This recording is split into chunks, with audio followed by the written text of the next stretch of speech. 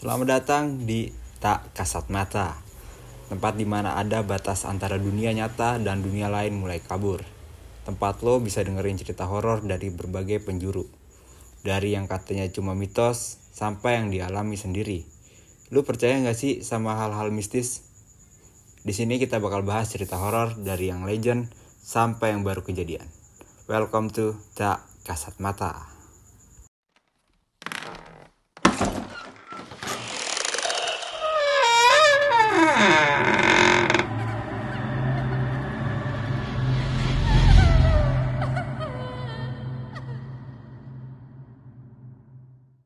Cerita bermula pada suatu malam.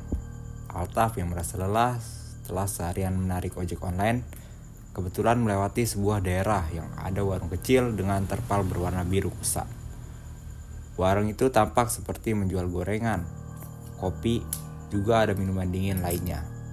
Karena merasa tempatnya enak, dengan lahan parkir yang luas, Altaf pun memutuskan untuk mampir sejenak ke warung yang sedang ditunggu oleh ibu-ibu parubaya itu. Malam itu, sekitar jam 8 malam, namun keadaan sekitar warung nampak begitu sepi, tanpa satupun pembeli. Dagangan si ibu masih sangat banyak. Si Alta pun sempat berpikir, kasihan udah malam namun dagangannya masih banyak. Altaf yang sudah di depan warung, tanpa ragu langsung mengambil gorengan untuk segera ia cicipi, dan tak lupa menyapa si ibu penjaga warung. Assalamualaikum bu, tumben sepi. Altaf mencoba mencairkan suasana. Padahal ia baru kali ini mampir ke warung itu. Si ibu hanya terdiam tak menjawab sepatah kata pun. Altaf yang merasa dicuekin langsung diam, tak lagi berbasa-basi.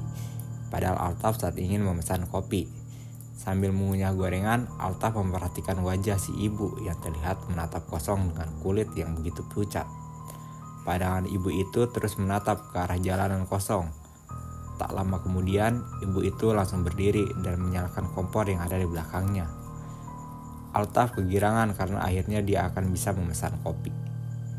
Bu, kopinya satu ya, ucap Altaf dengan berusaha melemparkan senyum. Namun, anehnya ibu itu hanya menganggukkan kepala tanpa menjawab. Singkat cerita, si ibu pun menyajikan kopi di samping gorengan. Si ibu langsung duduk kembali di tempat semula dengan tatapan kosong ke arah jalan raya lagi. Merasa gak enak, Altaf langsung membayar pesanannya lalu memilih keluar dan duduk di kursi luar warung. Sambil menikmati kopi dan gorengannya, Altaf mulai sibuk memainkan HP-nya. Terlalu fokus, Altaf sampai tidak memperhatikan keadaan di sekitar. Belum habis kopinya, Altaf terkaget dengan si ibu yang kini berada di hadapannya. Masih dengan tatapan kosong, si ibu minta Altaf untuk mengantarkannya pulang. Melihat wajah si ibu yang kian pucat, Altaf mengira mungkin si ibu memang sedang sakit dan langsung mengiyakan untuk mengantarkannya pulang. Altaf langsung berjalan ke arah motornya, namun betapa kagetnya dia saat menengok ke belakang. Warung yang tadinya dipenuhi dengan dagangan tiba-tiba saja berubah menjadi kotak besar yang terbungkus terpal kusam. Terpal kusam itu seperti yang digunakan untuk atap warung si ibu. Warungnya sudah saya tutup nak, ucap si ibu dengan nada datar. Altaf pun merinding mendengar suara si ibu yang menyeramkan. Altaf berpikir sangat tidak mungkin si ibu begitu cepat menutup warungnya seorang diri. Apalagi tak sempat terdengar bagaimana si ibu membereskan dagangannya. Namun, karena tak enak hati, Altaf pun mau untuk mengantarkan si ibu pulang. Altaf dan si ibu pun memulai perjalanan sambil sesekali Altaf meminta untuk diarahkan. Mengingat Altaf yang belum tahu di mana letak rumah si ibu. Sudah setengah jam lebih namun si ibu belum juga memberikan arahan lagi. Altaf yang mulai lelah pun bertanya lagi, namun si ibu selalu menjawab dengan jawaban yang sama. Lurus terus saja nak, kata si ibu. Ini masih lama kah bu? Sudah lama kok gak sampai-sampai bu, tanya Altaf lagi. Tanpa menjawab, tiba-tiba si ibu mengarahkan untuk belok kanan pada gapura depan. Karena jalannya menikung, Altaf mengurangi kecepatan laju motornya sambil menyalakan lampu sen kanan. Sesudah tikungan tampak gapura di sebelah kanan. Tanpa bertanya, Altaf langsung memasuki gapura tersebut. Jalanannya nampak begitu sepi dan gelap, hanya ada cahaya dari motor Altaf yang menemani. "Bu, ini gak salah kan? Memangnya di depan ada perkampungan," ucap Ci Altaf yang sudah memulai merasa takut. "Nanti di depan ada suami saya dan anak yang sudah lama menunggu ibu, nak," jawab ibu itu dengan suara datar. Sedikit lega Altaf mendengarnya. 10 menit kemudian di ujung jalan tampak cahaya yang sangat terang dan benar. Seperti ucapan si ibu, di sana sudah ramai, banyak orang yang menyambut. Setelah turun suami, si ibu langsung memeluk hangat seolah mereka sudah terpisah sekian lama. Altaf hanya terharu menyaksikan semua itu. "Orang baru pulang dagang kok disambut kayak habis pulang haji," gumam si Altaf dalam hati. Altaf juga ikut turun untuk meregangkan badannya yang terasa sangat pegal. "Terima kasih banyak ya, nak, udah nganterin istri bapak pulang," kata bapak itu yang juga tampak pucat dengan telapak tangan yang begitu dingin. "Iya pak, sama-sama," jawab si Altaf yang saat itu sudah mulai curiga dengan orang-orang yang ada di situ. Altaf pun mulai melihat keadaan sekitar, mencari-cari rumah, namun tidak nampak apapun terkecuali pepohonan besar serta gelapnya malam. Ibu pemilik warung itu menyapa si Altaf, namun kali ini tatapannya jauh hidup dengan wajahnya yang bercahaya tidak sepucat tadi. "Masuk dulu, nak, di dalam udah ibu siapkan kopi," ujar ibu pemilik warung yang meminta Altaf untuk masuk ke dalam rumah yang bersinar sangat terang. Suasana di sana memang ramai. Altaf pun masuk ke dalam rumah yang mungil serta sangat terang itu.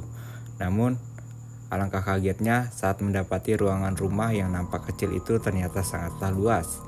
Terbentang karpet permadani, berikut banyak makanan yang telah disiapkan tersaji di atas sana. Tak lama kemudian, keluarlah seorang gadis cantik yang membawakan segelas kopi yang masih tampak panas. "Terima kasih ya bang, udah mau nganterin ibu," ucap gadis cantik itu. Altaf pun langsung menyeruput kopi hitam yang rasanya begitu nikmat. Sedangkan gadis itu masuk kembali ke dalam kamarnya, lalu kembali keluar untuk memberikan ongkos ke Altaf. Ia tak menyangka akan menerima ongkos sebanyak itu, hanya karena mengantar ibu warung tadi. Altaf yang masih sendirian di dalam rumah pun mengantuk setelah kekenyangan memakan semua hidangan tadi. Tak lama kemudian, Altaf pun tertidur dengan masih tersandar pada tembok rumah. Entah sudah berapa lama Altaf tertidur, tiba-tiba HP-nya berdering membangunkannya. Seketika, Altaf terkejut. Suasana yang tadinya terang menerang menjadi sangat gelap, dan rumah tadi, tempat makan yang ada di depan hadapannya, lenyap begitu saja.